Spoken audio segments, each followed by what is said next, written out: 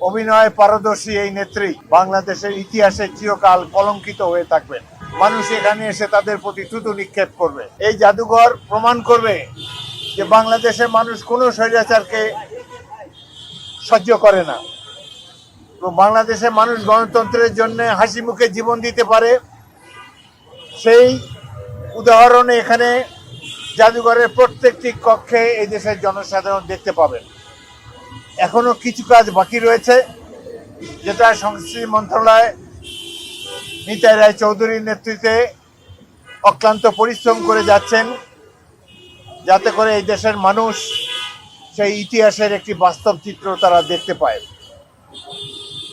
এই জাদুঘরে যে প্রবেশ করবে তিনি অন্য ধরনের একজন অনুপ্রাণিত মানুষ হিসেবে বের হয়ে আসবেন।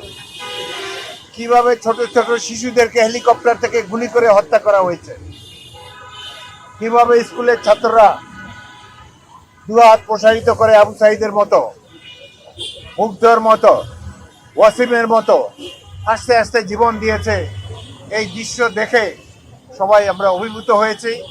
দেশবাসীও এটি দেখে অত্যন্ত অনুপ্রাণিত হবেন বলে আমার বিশ্বাস।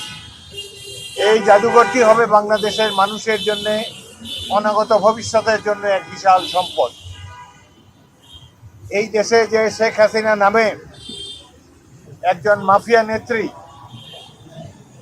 ভুয়া পাতানো নির্বাচনের মাধ্যমে তার গোষ্ঠীর রাজত্ব কায়েম করেছিল, লুটপাট চালিয়ে গিয়েছে 16 বছর ধরে, তার একটি চিত্র আপনারা দেখতে পাবেন।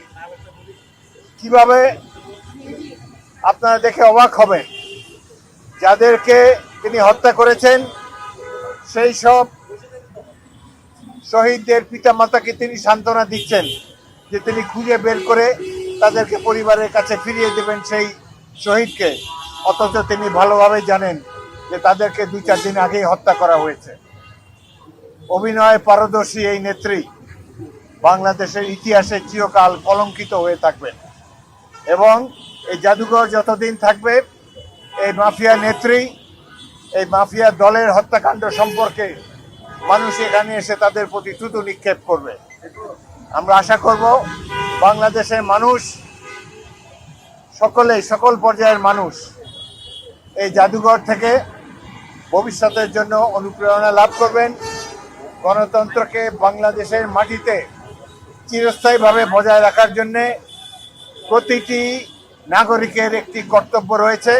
সেই কর্তব্য পালনে আমরা সবাই যেন আগামী দিনে এগিয়ে আসতে পারি, এই কামনা করে বিদায় নিচ্ছি। সবাইকে ধন্যবাদ।